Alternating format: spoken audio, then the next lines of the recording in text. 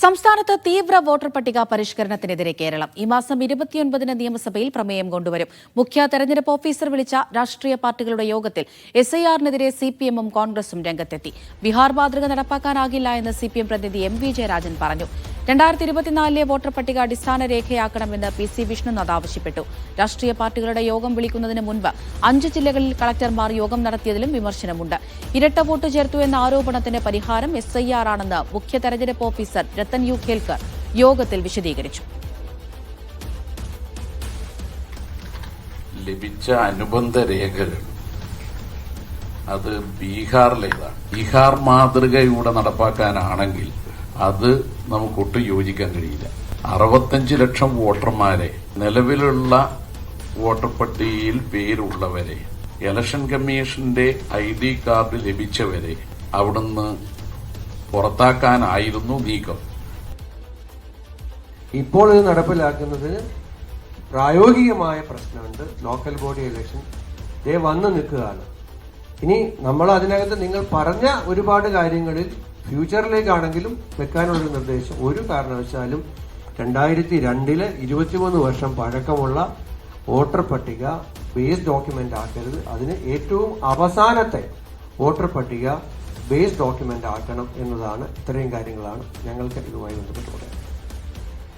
വിജിൻ വായാന്തോട് വിവരങ്ങൾ നൽകും തിരുവനന്തപുരത്ത് നിന്ന്. വിജിൻ, നമ്മൾ ഈ സൂചിപ്പിച്ചതുപോലെ തീവ്ര വോട്ടർ പട്ടിക പരിഷ്കരണം ഇത് കേരളത്തിൽ കൊണ്ടുവരാനുള്ള തകൃതിയായ നീക്കങ്ങൾ, നടപടികളൊക്കെ നടക്കുകയാണ്. പാലക്കാട് പലയിടത്തും നടപടികളൊക്കെ തുടങ്ങിയിട്ടുമുണ്ട്. ഒറ്റക്കെട്ടായി നേരിടാമെന്ന് തന്നെയാണോ സംസ്ഥാനത്തിന്റെ തീരുമാനം? അമൃത, തീവ്ര വോട്ടർ പട്ടിക പരിഷ്കരണം നടപ്പിലാക്കുന്നതിന്റെ ഭാഗമായി അതിന് മുന്നോടിയായെന്ന് പറയാൻ കഴിയില്ല. കാരണം ആ പ്രക്രിയകൾ നിലവിൽ തെരഞ്ഞെടുപ്പ് കമ്മീഷൻ ആരംഭിച്ചിട്ടുണ്ട്. എന്തായാലും അതിന്റെ ഒരു ഭാഗമായിട്ടാണ് ഇന്ന് രാഷ്ട്രീയ പാർട്ടി പ്രതിനിധികളുടെ യോഗം മുഖ്യ തെരഞ്ഞെടുപ്പ് ഓഫീസർ തിരുവനന്തപുരത്ത് വിളിച്ചു ചേർത്തത്. ഈ യോഗത്തിലാണ് രാഷ്ട്രീയ പാർട്ടികൾ, പ്രത്യേകിച്ച് LDF, UDF പാർട്ടികൾ പൂർണ്ണമായും ഒറ്റക്കെട്ടായി SIR പരിഷ്കരണത്തെ പൂർണ്ണമായും എതിർത്തുകൊണ്ടുള്ള നിലപാടെടുത്തത്. പക്ഷേ BJP അക്കാര്യത്തിൽ SIR നടപ്പിലാക്കണം എന്നുള്ള നിലപാടാണ് സ്വീകരിച്ചത്. MV ജയരാജനും അതുപോലെ തന്നെ PC വിഷ്ണുനാഥും ഉൾപ്പെടെയുള്ളവർ വ്യക്തമാക്കിയത് 2002-ലെ വോട്ടർ പട്ടികയെ അടിസ്ഥാനപ്പെടുത്തിയാണ് ഈ പരിഷ്കരണം നടപ്പിലാക്കാൻ പോകുന്നത്. പക്ഷേ ഏറ്റവും അവസാനം ആളുകൾ വോട്ട് ചെയ്തത് 2024-ലാണ്. 2024 വെച്ച് വോട്ടർ പട്ടിക പരിഷ്കരണം നടത്തിയാൽ തെറ്റില്ല എന്നുള്ളതാണ്. ഒപ്പം തന്നെ ആധാർ ഇപ്പോൾ സുപ്രീം കോടതി വിധിയുടെ അടിസ്ഥാനത്തിൽ 12ാമത്തെ രേഖയാക്കി മാറ്റിയിട്ടുണ്ട്.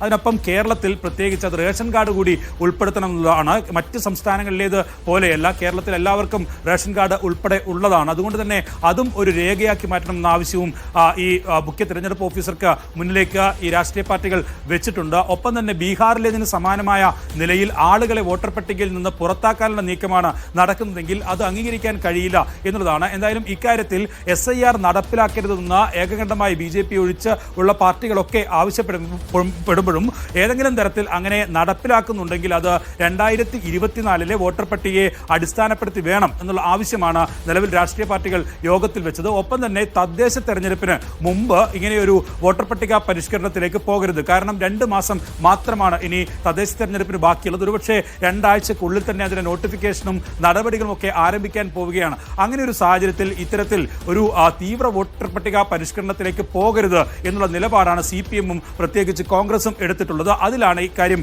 അവർ വ്യക്തമാക്കുകയും ചെയ്തത്. എന്തായാലും തെരഞ്ഞെടുപ്പ് ഓഫീസർ ഈ കാര്യത്തിൽ വ്യക്തമാക്കിയത് എല്ലാ രാഷ്ട്രീയ പാർട്ടികളുടെയും നിലപാട് നിലവിൽ മിനിറ്റ്സ് ചെയ്തിട്ടുണ്ട്. പക്ഷേ വിമർശനവും ഒപ്പം തന്നെ എതിർപ്പും യോജിപ്പും ഒക്കെ പരിഗണിച്ചായിരിക്കും മുന്നോട്ട് പോവുക എന്നുള്ളത്. അതിനർത്ഥം ഈ പരിഷ്കരണവുമായി മുന്നോട്ട് പോകാൻ എന്തായാലും തെരഞ്ഞെടുപ്പ് കമ്മീഷൻ തീരുമാനിച്ചിരിക്കുന്നു എന്നുള്ളതാണ്. ഏറ്റവും കൂടുതൽ വിമർശനം ഉന്നയിച്ചത് ഇങ്ങനെ ഒരു രാഷ്ട്രീയ പാർട്ടി യോഗം ഈ പരിപാടികൾ നടത്തി തുടങ്ങിയ സാഹചര്യത്തിൽ എന്തിനാണ് വിളിക്കുന്നത്? സാധാരണഗതിയിൽ രാഷ്ട്രീയ പാർട്ടികളുടെ യോഗം വിളിച്ച ശേഷമാണ് നടപടികളിലേക്ക് കടക്കുക. പക്ഷേ അങ്ങനെ ഒരു നടപടി ഇല്ല. ആരംഭിച്ച സാഹചര്യത്തിൽ പല ജില്ലാ കളക്ടർമാരും യോഗം വിളിച്ചു കഴിഞ്ഞിട്ടുണ്ട്. നിലവിൽ 5 ജില്ലകളിലെ യോഗം BLO-മാരുടെ യോഗം ചേർന്ന് കഴിഞ്ഞു. ഒപ്പം തന്നെ ഇന്ന് 4 ജില്ലകളിലെ യോഗം നടക്കുകയും ചെയ്യുന്നുണ്ട്.